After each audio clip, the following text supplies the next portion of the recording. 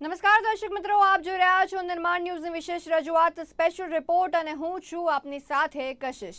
દર્શક મિત્રો, 2DG દવા કહી શકાય કે એન્ટી કોવિડ દવા તરીકે હાલ માર્કેટમાં આવી ગઈ છે. કોરોનાના કેસ ભલે ઘટી ગયા હોય પણ હજી પણ કોરોના સાવ ગયો નથી.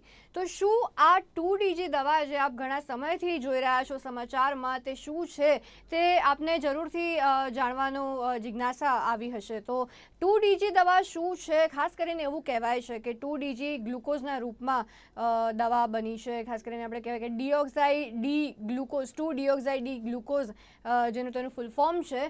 અને તે ગ્લુકોઝના રૂપમાં જ્યારે આપણે દવાને લઈએ છીએ ત્યારે કોરોના એવું સમજે છે કે આ ગ્લુકોઝ છે, તો આપણે કોરોનાને ચીટ કરી રહ્યા છીએ. ગ્લુકોઝ સમજીને કોરોના જ્યારે એને ખાવા આવે છે ત્યારે એકચ્યુઅલી દવા હોય છે ને તે પોતાની ઊંધી અસર કરે છે અને કોરોનાની જે તાકાત હોય છે તેને ઓછી કરે છે અને તેનાથી જે લોકો છે તે કોરોનામાંથી બહાર આવી શકે છે. ખાસ કરીને આ જે 2DG દવા છે તેનાથી ઓક્સિજન પર ખાસ કરીને જે નિર્ભરતા હોય છે લોકોની તે ઓછી થાય છે. ઓક્સિજન બહારથી આપવાની જરૂર તેમને ઓછી પડે છે. પણ અન્ય ઘણી એવી વિગતો છે જે 2DG સાથે સંકળાયેલી છે. DRDO અને ડોક્ટર રેડ્ડીઝ લેબોરેટરીના સહયોગથી વિકસિત થયેલી આ 2DG દવા શું છે તેના ઉત્તર સાથે આપણી સાથે ગેસ્ટ જોડાઈ ગયા છે. ડોક્ટર શ્રીરાજ શાહ જે એલજે ફાર્મસીના પ્રિન્સિપાલ છે. ડોક્ટર શ્રીરાજ, કાર્યક્રમમાં આપનું સ્વાગત. ડોક્ટર શ્રીરાજ, આપને સૌ પ્રથમ પૂછવા માંગીશ, આપ દર્શક મિત્રોને સમજાવો કે આ 2DG દવા છે શું? જેમ તમે શરૂઆતમાં કીધું કે 2DG એનું ફૂલ ફોર્મ છે 2-ડિઓક્સી ડી ગ્લુકોઝ. જનરલી આપણે જે શર્કરા જેને ગુજરાતીમાં કે જે આપણે ગ્લુકોઝ લેતા હોઈએ, જે ગ્લુકોઝ આપણે આઈવીના માધ્યમથી ચડાવતા હોઈએ છીએ, તો એ જે છે એ જ ડી ગ્લુકોઝ, એને ડી ગ્લુકોઝ કે ડેક્સ્ટ્રોઝ આપણે જેને કે, બીજું નામ એનું એક્ઝોઝ છે. તો એ આપણે લેતા હોઈએ છીએ આપણી એનર્જી. બેઝિકલી કોઈ પણ પ્રકારનું ગ્લુકોઝ છે આપણા શરીરને એનર્જી શક્તિ આપવા માટે છે, આપણા શરીરને એટલે કે આપણા કોષોને. હવે કેવું છે કે આ જે ગ્લુકોઝ છે, હું તમને સહેજ મિકેનિઝમ થોડીક સમજાવું. આ જે ગ્લુકોઝ છે જ્યારે આપણે લો છો, આપણે લઈએ છીએ ત્યારે એ સેલમાં એ ગ્લુકોઝ જાય છે આપણા કોષોમાં, અને એ એવી પ્રક્રિયા થાય છે કે જેનાથી શક્તિ છૂટી પડે છે. અને જેટલા સેલમાં જેટલું ગ્લુકોઝ વધારે અને જેટલા એનર્જી વધારે, જે એટીપી ના સ્વરૂપમાં હોય, એટીપી કહેવાય, અને જેને આપણે એનર્જી કરન્સી કહેવાય, એનર્જી યુનિટ કહેવાય, એના રેફરન્સમાં એ જન્મે છે અને આપણને શક્તિ આપે છે. હવે જ્યારે ગ્લુકોઝ ના બદલે જ્યારે આ દવા આપવામાં આવે છે ત્યારે શું થાય છે કે બેઝિકલી હવે ગ્લુકોઝ આપણા બોડીમાં છે અને આ 2DG પણ છે, તો બંને કોમ્પિટિશન કરશે. અને જો 2DG વધારે હશે તો આપણા સેલમાં એ ગ્લુકોઝને અંદર લેવાના ટ્રાન્સપોર્ટર હોય, રિસેપ્ટર હોય, અને ગ્લુટ ટ્રાન્સપોર્ટર કહેવાય.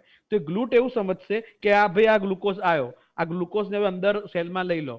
હવે જનરલી કેવું થાય કે જ્યારે ગ્લુકોઝ અંદર જતો હોય ત્યારે ગ્લુકોઝની તોડવા માટેની પ્રક્રિયાને કહે છે ગ્લાયકોલિસિસ. ગ્લાયકોલિસિસ, લિસિસ એટલે તોડવું, એટલે ગ્લુકોઝને તોડવાની પ્રક્રિયા જેનાથી એનર્જી બને ગ્લાયકોલિસિસ કહેવાય. આ જ્યારે 2DG અંદર જાય છે ત્યારે એ ગ્લુકોઝ તોડવાની જે પ્રક્રિયા છે એ અટકી જાય છે. ધેર ઇઝ એને ઇનિબિશન ઓફ ગ્લુકોઝ ગ્લાયકોલિસિસ કહે છે. એટલે કે એનું એનર્જીમાં રૂપાંતર ના થાય. એટલે શું થાય કે જ્યારે પણ સેલને શક્તિની જરૂર હોય, એ જ રીતે વાયરસ સેલને શક્તિની જરૂર હોય, એ જ રીતે આપણા જે ટ્યુમર સેલ્સ છે એને પણ શક્તિની જરૂર હોય ડિવાઈડ થવા માટે, વધવા માટે. તો આ શું કરે છે કે આ એક kind of A fake glucose molecule છે કે જે કોષને એવું લાગે કે ભાઈ આ ગ્લુકોઝ છે, પણ એકચ્યુઅલી ગ્લુકોઝ નથી, અલગ છે. તો એને શું થાય, ગ્લાયકોલિસિસની જે પ્રોસેસ છે, પ્રક્રિયા છે, એ થતી નથી, આપણને શક્તિ મળતી નથી. એટલે સેલ ડિવિઝન, વાયરલનો જે ગ્રોથ થવો જોઈએ એ વાયરલ ગ્રોથ નથી થતો, અને આપણા શરીરને થોડીક શાંતિ થાય કે ચલો ભાઈ હવે મારે વાયરસને મારવા માટે બહુ પ્રયાસ કરવાની જરૂર નથી, કારણ કે આ ખોટી ડ્રગ જ એ વાયરસને ધીરે ધીરે અટકાવી રહી છે. ઓકે, તો ઇન શોર્ટ કોરોનાને ચીટ જ કરી રહી છે આ દવા. તો હવે હું અમને પૂછવા માંગીશ કે આ 2DG એન્ટી કેન્સર તરીકે પણ લોકો લે છે તેવું સાંભળવામાં આવ્યું છે, તો એનો ઇતિહાસ શું છે? હા, એમાં એવું છે કે બેઝિકલી 1956માં, એટલે કે ઘણા વર્ષો પહેલા, 60-70 વર્ષ જૂનો આનો ઇતિહાસ છે ડ્રગનો. હવે એ એન્ટીવાયરલ જે આપણે ડ્રગ કહીએ એટલે શું બેઝિકલી, તો કે એન્ટીવાયરસ ઓર એના જેવો જ એનો મિકેનિઝમ છે એન્ટી ટ્યુમર, એટલે કે તમારે એન્ટી કેન્સરનો. કઈ રીતે કે જેમ એન્ટીવાયરલ પણ આમ ભયાનક રીતે એનું ડિવિઝન થાય અને વધે, એ જ રીતે કેન્સરના સેલ પણ એ ભયાનક રીતે અલગ અલગ રીતે એ રીતે વધતા હોય છે. તો એમને પણ એનર્જીની જરૂર પડે. તો બેઝિકલી 2DG નો કન્સેપ્ટ એવો છે કે જેમ વાયરલ સેલનો આપણે અટકાવીએ એમ ટ્યુમર સેલને પણ આને અટકાવીએ. તો છેક 1950 થી એનો એક યુઝ થાય છે. પણ વસ્તુ એ છે કે હજી એ ટ્રાયલ્સ, ક્લિનિકલ ટ્રાયલ્સમાં જ એઝ અ એન્ટી કેન્સર તરીકે યુઝ થાય છે.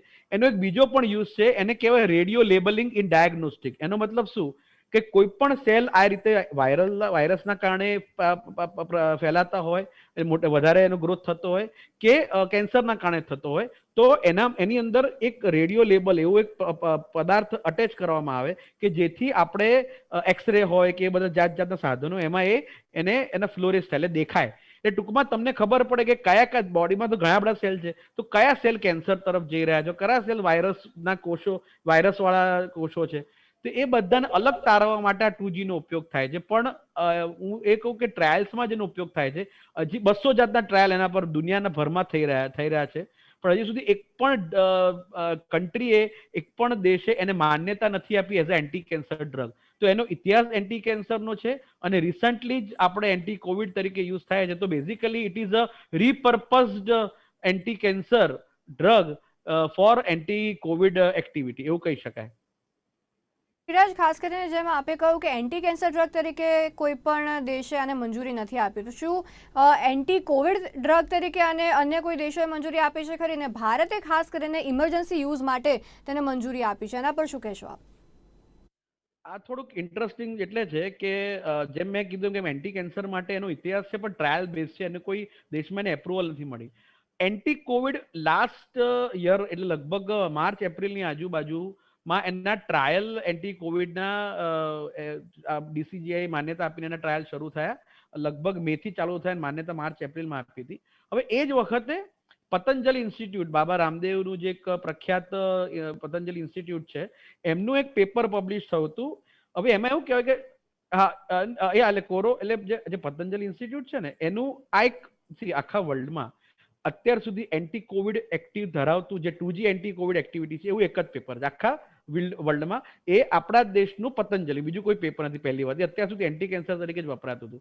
હવે એનો બેઝ કહું કે જનરલી કોઈ પણ દવા શોધાય ને, તો કોમ્પ્યુટર પર અત્યારે શોધાય છે. એને કહેવાય 3D ડોકિંગ, ડ્રગ ડોકિંગ જેને કહેવાય.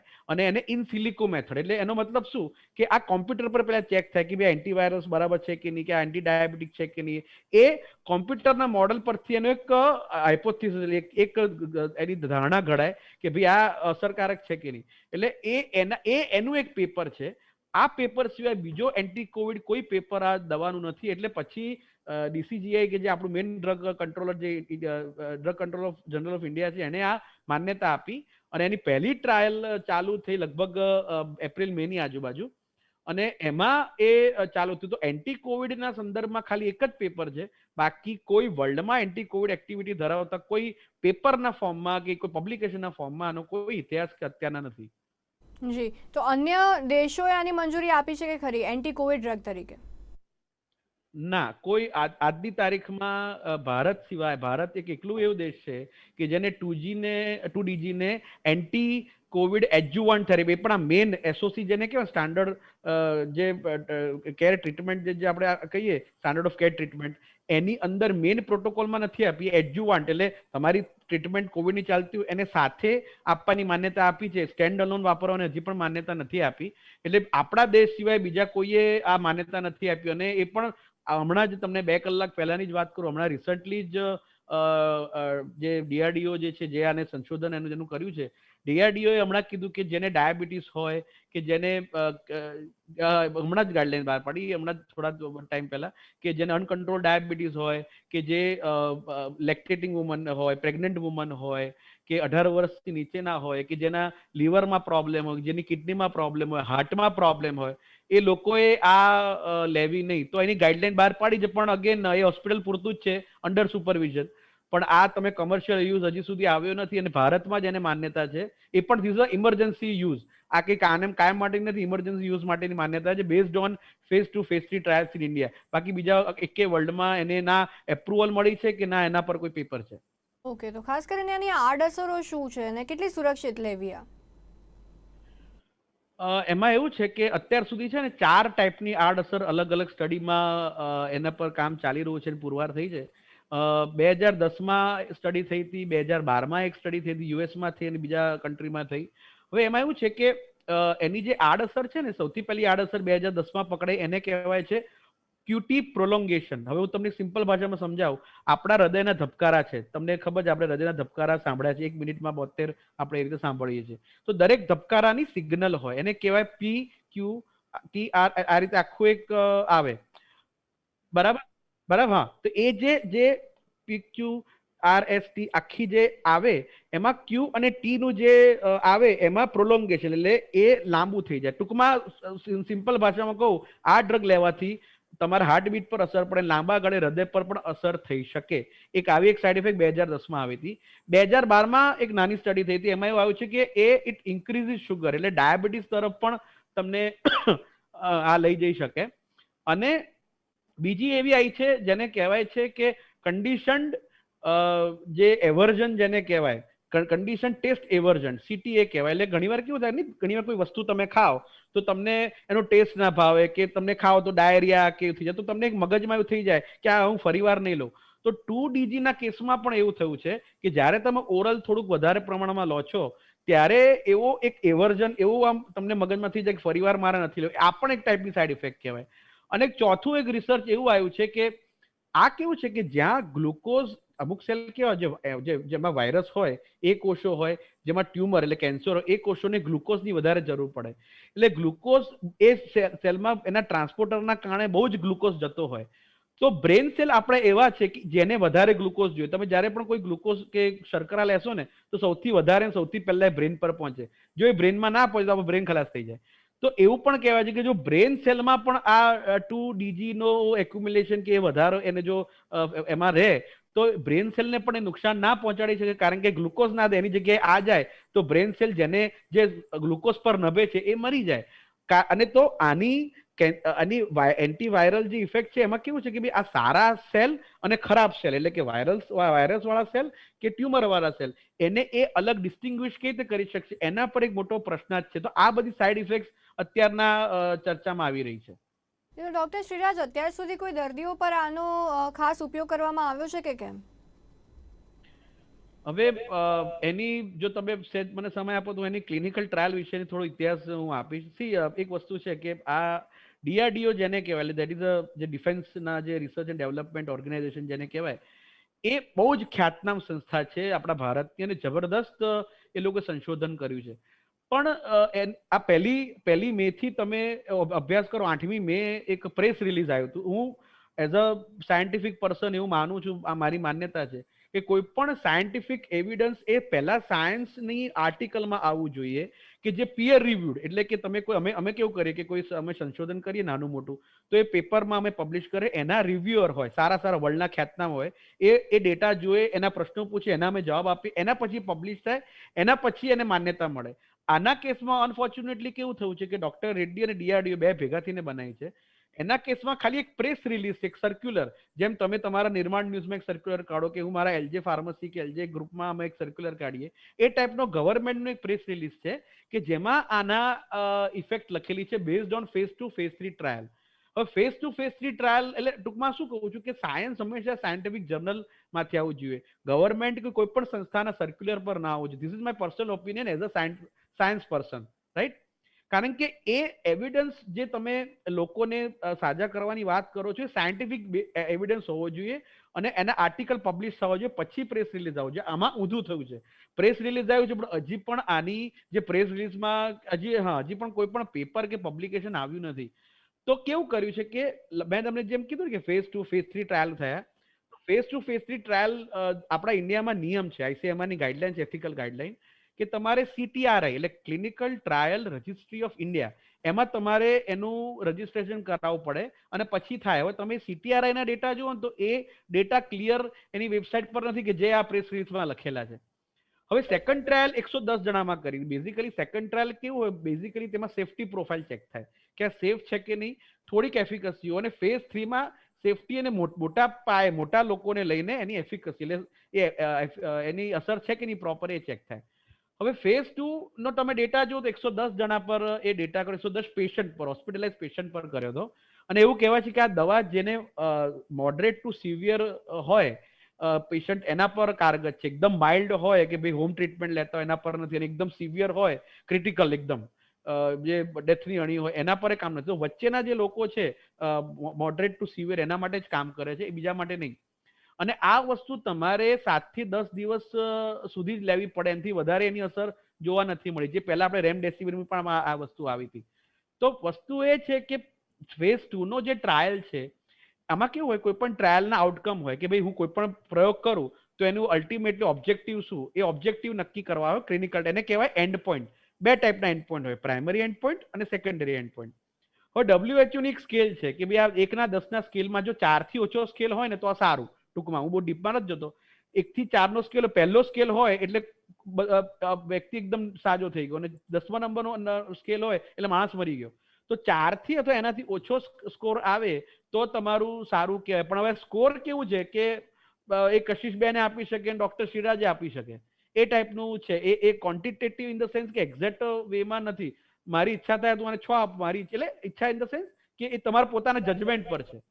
એટલે ટૂંકમાં એક્ઝેક્ટ ડેટા પોઈન્ટ એના હજી આવ્યા નથી. એ ક્લેમ એવું કરે છે કે સામાન્ય રીતે જે સાજો થતો, સમજ 10 દિવસમાં સાજો થતો હોય તો આ 7.5 દિવસમાં સાજો થઈ, એટલે 2.5 દિવસ ઓછો ટાઈમ લે છે રિકવરીનો. પ્લસ 42% ઓક્સિજનનો ઘટાડો જોવા મળ્યો એના સપ્લિમેન્ટલ જે ઓક્સિજનના પ્રમાણમાં. એનું પણ એક કારણ છે કે જ્યારે ગ્લુકોઝનો તમે વપરાશ ઓછો કરાવી દો અને ગ્લુકોઝ હોય જ નહીં, એનર્જી ના બને, એટલે ઓક્સિજનનો સપ્લાય પણ કોષને ઓછો મળે, એટલે બીજા બધામાં પણ એ ઓક્સિજન વેચાઈ શકે. પણ ટૂંકમાં આ રીતની એક મિકેનિઝમ છે. પણ કહેવાનો મતલબ કે સેકન્ડ અને થર્ડ ફેઝમાં 220 હતા. એટલે આટલા ઓછા પેશન્ટમાં આટલા જે ડેટા આવ્યા છે according to me is not sufficient. એટલે ડેટા પિયર રિવ્યુડ કરાવવો પડે, હજી વધારે પેશન્ટના ડેટાની જરૂર છે. એટલે મારા ખ્યાલથી ક્લિનિકલ ટ્રાયલના સંદર્ભમાં હજી DRDO અને ડોક્ટર રેડ્ડીઝ એ વધારે ટ્રાન્સપરન્સીની જરૂર છે.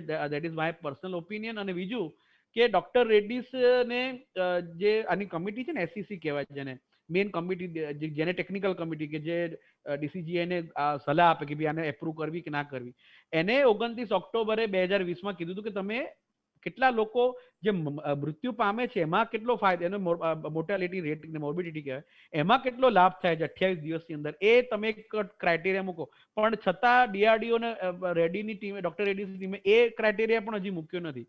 અલ્ટિમેટલી કેવું હોય કે તમારા જે આ 2DG લેવાના છે એ લોકો એવું વિચારે કે હું જીવીશ કે નહીં. મારો પ્રાઇમરી એન્ડ પોઈન્ટ કેવા હોવો જોઈએ કે ભાઈ આ આઈસીયુમાં હોસ્પિટલાઇઝેશનમાં થશે કે નહીં, આઈસીયુમાં જશે કે નહીં, મૃત્યુ થશે નહીં થાય, એવા કોઈ ક્રાઇટેરિયા રાખ્યા નથી. ખાલી એક સ્કેલ રાખ્યો. તો ટેકનિકલ વસ્તુ જ આ બધી, પણ અલ્ટિમેટલી કહેવાનો મતલબ એ છે કે એના ડેટામાં એની એક્ઝેક્ટ એફિકસી, એની એફિશિયન્સી, એની safety profile as far as side effects are concern, એવું બધું જે ક્લિયર આવવું જોઈએ ને સાયન્ટિફિક પ્રોટોકોલના બેઝમાં કે સાયન્ટિફિક એવિડન્સના બેઝમાં, કે હજી સુધી આજ દિન સુધી આવ્યું નથી. હું ભગવાન પર વિશ્વાસ છે, મને DRDO પર વિશ્વાસ છે, અને આ ડોક્ટર રેડ્ડી પર વિશ્વાસ કે એ લોકો આ ડેટા આપશે. પણ મારું એવું માનવું છે કે પહેલા ડેટા આવવો જોઈએ અને પછી યુઝ થવો જોઈએ. ઊંધી રીતે જેમ 2DGના કેસમાં થયું છે ના થવું જોઈએ. જી બિલકુલ ઠીક. તો ડૉક્ટર સિરાજ, પ્રોટોકોલ ફોલો કર્યું હતું જ્યારે DRDO અને ડૉક્ટર રેડ્ડીઝ લેબોરેટરી દ્વારા જ્યારે વિકસિત કરવામાં આવી, અને ક્લિનિકલ ટ્રાયલ દરમિયાન જે ગાઈડલાઇન્સ તમામ હતી તે ફોલો કરવામાં આવી હતી કે કેમ? કેવું છે કે જનરલી ક્લિનિકલ ટ્રાયલ પ્રોપર લેવાય છે કે નહીં એ મારે કે તમારે જોવું હોય તો તમારે CTRI ની વેબસાઇટ પર જવું જોઈએ. That is again I am repeating, CTRI means clinical trial registry of India. 2008-9 પછી એક મેન્ડેટરી વસ્તુ છે, એ ફરજિયાત વસ્તુ છે કે તમારે તમારા ટ્રાયલના બધા જ ડેટા, એટલે તમે અત્યારે તમે કોવેક્સિનનો તમે જે ટ્રાયલ છે એ પણ તમે જોઈ શકો, તમે કોવિશિલ્ડનો અહીંયા બ્રિજ ટ્રાયલ કર્યા એ પણ તમે જોઈ શકો. બધા જ ડેટા તમને CTRIમાં દેખાય. આના કેસમાં તમે જોશો ને અત્યારના, મેં છેલ્લે 3-4 દિવસ પહેલા જોયું હતું, અત્યારના આજની તારીખમાં એ લોકો ચેન્જ મને નથી ખબર, પણ અમુક થોડા સમય પહેલા જોયું હતું, તો ફેઝ 2 નો એ લોકો દે આર ક્લેમિંગ કે 110 પેશન્ટ પર કર્યું, આમાં 40 જ દેખાય છે. અને ફેઝ 3માં તો એક એન્ડ પોઈન્ટ કે બધું કોઈ ક્લેરિટી CTRI ની વેબસાઇટ પર તો એટલીસ્ટ નથી. છેલ્લા મેં જ્યારે જોયું ત્યારે, આજના દિવસમાં હોય તો મને નથી ખબર, પણ છેલ્લે જ્યારે હું આનું રિસર્ચ કરતો હતો એમાં જોયું હતું, એક છેલ્લે લગભગ 4-5 દિવસ પહેલાની વાત કરું, એમાં એ લોકોની વેબસાઇટ પર નહોતું. એટલે આઈ એમ નોટ સેઇંગ કે they have not followed the guideline, પણ એ સીટીઆરની વેબસાઇટ પર મારે એઝ અ રિસર્ચર કે મારે એઝ અ ફાર્માસિસ્ટ જોવું હોય તો એ ક્લેરિટી એ લોકો જે પ્રેસ રિલીઝમાં ક્લેમ કરે છે એવી ક્લેરિટી એ સીટીઆરની વેબસાઇટ પર હાલ પૂરતી તો નથી. ઓકે, તો માર્કેટમાં 990 એટલે કે 990 રૂપિયા પર શેશે મળે છે, તો અત્યારે અવેલેબલ છે માર્કેટમાં? ડૉક્ટરો યુઝ કરે છે હોસ્પિટલમાં દર્દીઓ પર કે કેમ? જ્યારે ગયા મહિને જ્યારે એનું આ ડીસીજીએ 1 મે જ્યારે એને આપ્યું એપ્રુવલ, પછી ડીઆરડીઓની પોતાની હોસ્પિટલ્સ હોય છે, આર્મી હોસ્પિટલ્સ હોય છે, એમ્સ આપણા જે મોટા મોટી હોસ્પિટલ ઇન્ડિયાની કહેવાય, એમાં અમુક હોસ્પિટલ્સમાં આપ્યું છે. પ્લસ એક બીજો લોટ પણ ગયો છે અને એવું કહેવાય છે કે કદાચ મિડ જૂનમાં કે બાય એન્ડ ઓફ જૂન કદાચ કોમર્શિયલ યુઝ આવી જાય. પણ એક વસ્તુ છે કે it should be given under hospital setting. એટલે તમે ઘરે હોવ અને તમે ઘરે 2G લો, હા, એના માટે એ નથી. અને એટલે under supervision of doctor as a adjuvant therapy, not as a main therapy. અને એ રીતે કહેવાય છે કે પેકેટ ને તમે તોડી દો, જેમ સેશે હોય છે એવું જ આપણે જેમ ઈનો ને એવા બધા પેકેટ તોડીને નાખી દઈએ છીએ પાણીમાં, એ રીતે પેકેટ તોડી દેવાનું, એને નાખી દેવાનું. એવા 2 સેશે હોય છે, 2.34 ગ્રામ્સનું એક હોય અને પર ડે 2 લેવાના હોય છે. હવે મને થોડીક નવાઈ એ પણ લાગી કે ભાઈ રેમડેસિવિર આટલી મોંઘી આપણને હતી કે 899 થી ચાલુ કરીને 5000 સુધી હતું. હવે ગ્લુકોઝ માટે જ્યારે ગ્લુકોઝ એનાલોગ કહેવાય, તો એના માટે 2DG માટે જ્યારે એને એપ્રુવલ મળી ત્યારે આનંદ એ વાતનો હતો કે આ તો ગ્લુકોઝ એનાલોગ છે, આટલા જૂનો મોલેક્યુલ છે, એટલે બનાવટનો જે આપણે પ્રોસેસ એ પણ ઇઝી છે, એનો કાચો માલ કે જેનાથી બને એ પણ ઇઝી છે. એટલે ભારત જેવા ગરીબ કે ડેવલપિંગ દેશમાં જ્યારે આટલી રેમડેસિવિર કે ટોસિલિઝુમેબ કે મોંઘી દવાઓ પરવડે નહીં, કે મોનોક્લોનલ એન્ટીબોડી જે કોકટેલ આવે છે કે જે 60,000 લાખ સુધીનું જાય, એના માટેનો એક હોપ કે રસ્તો હતો કે ભાઈ આ ઓછું હશે. પણ આઈ એમ લિટલ બિટ સરપ્રાઈઝ કે I don't know doctor Reddy's ને એ ભાવ નક્કી કર્યા છે કે એકચ્યુઅલી એમાં હું તો એવું એનપી એ જે ખરું નેશનલ જે પ્રાઇસ ઓથોરિટી જે છે એને પણ આમાં છે ભાગ ભજવવો જોઈએ, એને પણ વચ્ચે પડવું જોઈએ કે 990 રૂપિયા પર સેશે. અને કદાચ તમે 5 દિવસ કે 6 દિવસ પણ ગણો તો બહુ જ મોંઘું પડે. સામાન્ય પ્રજા કે આપણે જે વિચારતા હતા એ તો પછી રેમડેસિવિર ને 2DG ને બધી દવાઓ સેમ જ થઈ as far as price is concern. તો મને એક બાબતે થોડીક દુઃખ થયું કે થોડીક એમાં મને hope, I lost my hope એમ. ઓકે, ડૉક્ટર શ્રીરાજ, એવા પણ સમાચાર આવ્યા છે કે ઘણા એવા ડૉક્ટરો છે જેણે આના પર સવાલો પણ ઉઠાવ્યા છે. એ સમગ્ર શું છે કિસ્સો, જણાવશો? 4-5 ડોક્ટર ઘણા બધા છે, I can give you names also, કે જે મેં આ સાઈડ ઇફેક્ટ્સની વાત કરી કે ઘણા લોકો કેવા છે, ઘણા હોલી હોસ્પિટલના જે હેડ છે ક્રિટિકલ કેરના, એમણે સવાલો ઉપાડ્યા છે.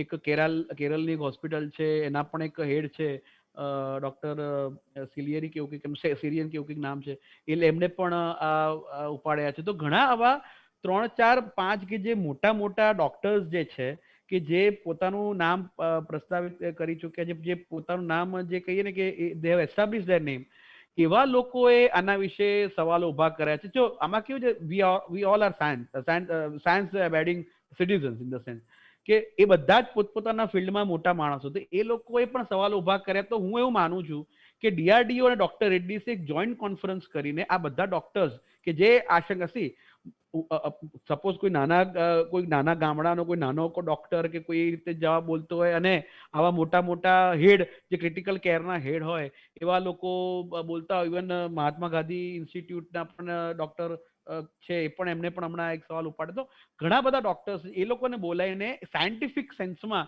કે ડીઆરડીઓની જે લેબ્સ છે અને જે હૈદરાબાદની એક લેબ છે કે જેમાં આના બધા ટેસ્ટિંગ થયેલા છે, ઇન વિટ્રો એવા, એટલે મનુષ્યની બહાર જેને કહેવાય ટેસ્ટ ટ્યુબ ને એમાં જેને કર્યા હોય એવા સાયન્ટિસ્ટને ઉભા કરીને બેસાડીને એમને આવા સવાલો એમને પૂછવા જોઈએ કે તમે આ કરો તો what is the safety profile, કે તમે કહો છો કે ભાઈ 63 મિલીગ્રામ કે 88 મિલીગ્રામ કે 90 મિલીગ્રામ પર કેજી એ તમારે ડોઝ આપવાનો, આટલા ડોઝ તો ક્યુટી પ્રોલોંગેશન કરે છે, કે આટલા ડોઝ આ પ્રોબ્લેમ કરે છે.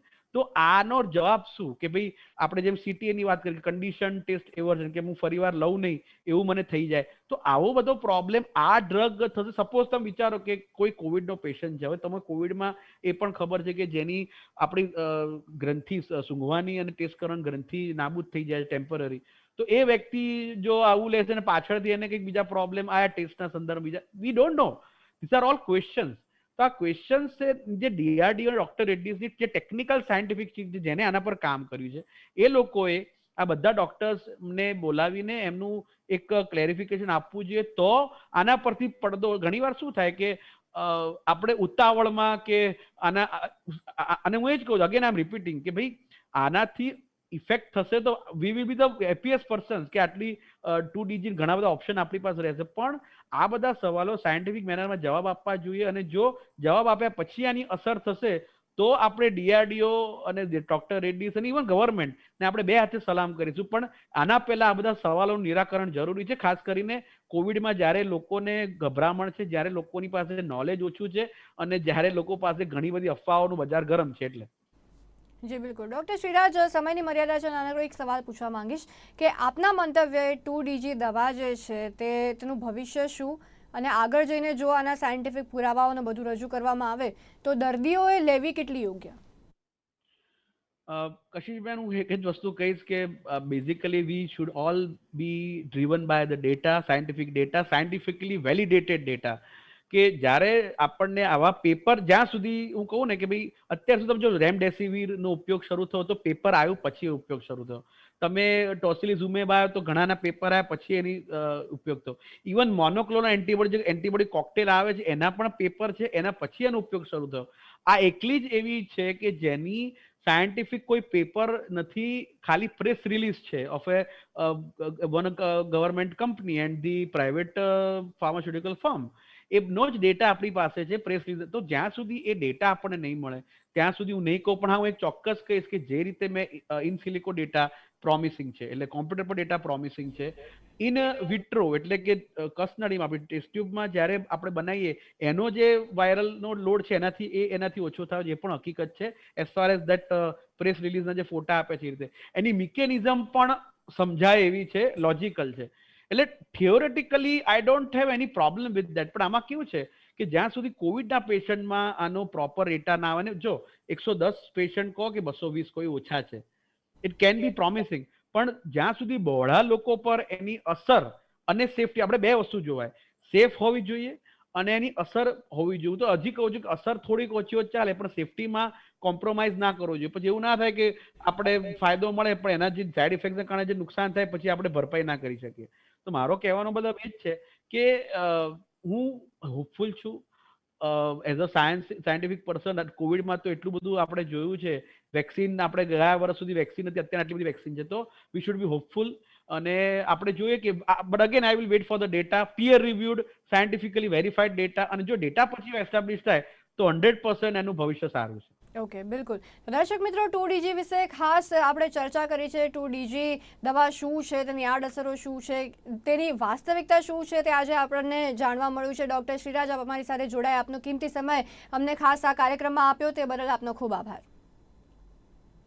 દર્શક મિત્રો, 2DG દવા અસરકારક થશે કે કેમ, કોરોના જ્યારે હાલ તેના કેસ ઘટી રહ્યા છે, આગળ જઈને કોમર્શિયલ યુઝમાં તે કેટલી વપરાશે, તેની મંજૂરી આવશે કે કેમ, સાયન્ટિફિક પુરાવાઓ જે છે તે રજૂ થશે કે કેમ, તે બધું પછીની વાત છે. હાલ એક જ વસ્તુ છે, દવા લેવાની ટાળવા માટે નિર્માણ ન્યૂઝ પણ આપણને હંમેશા એક જ અપીલ કરતું રહેશે કે SMSVનું પાલન કરો, સોશિયલ ડિસ્ટન્સ રાખો, માસ્ક પહેરો અને સેનિટાઈઝર વાપરો, અને વેક્સિન જ્યારે પણ આપનો વારો આવે ત્યારે જરૂરથી લો. દર્શક મિત્રો, આજની વિશેષ રજૂઆત અંતર્ગત બસ આટલું જ. અવનવા વિષયો સાથે ફરી મળીશું. ત્યાં સુધી કશિશને આપશો રજા. નમસ્કાર.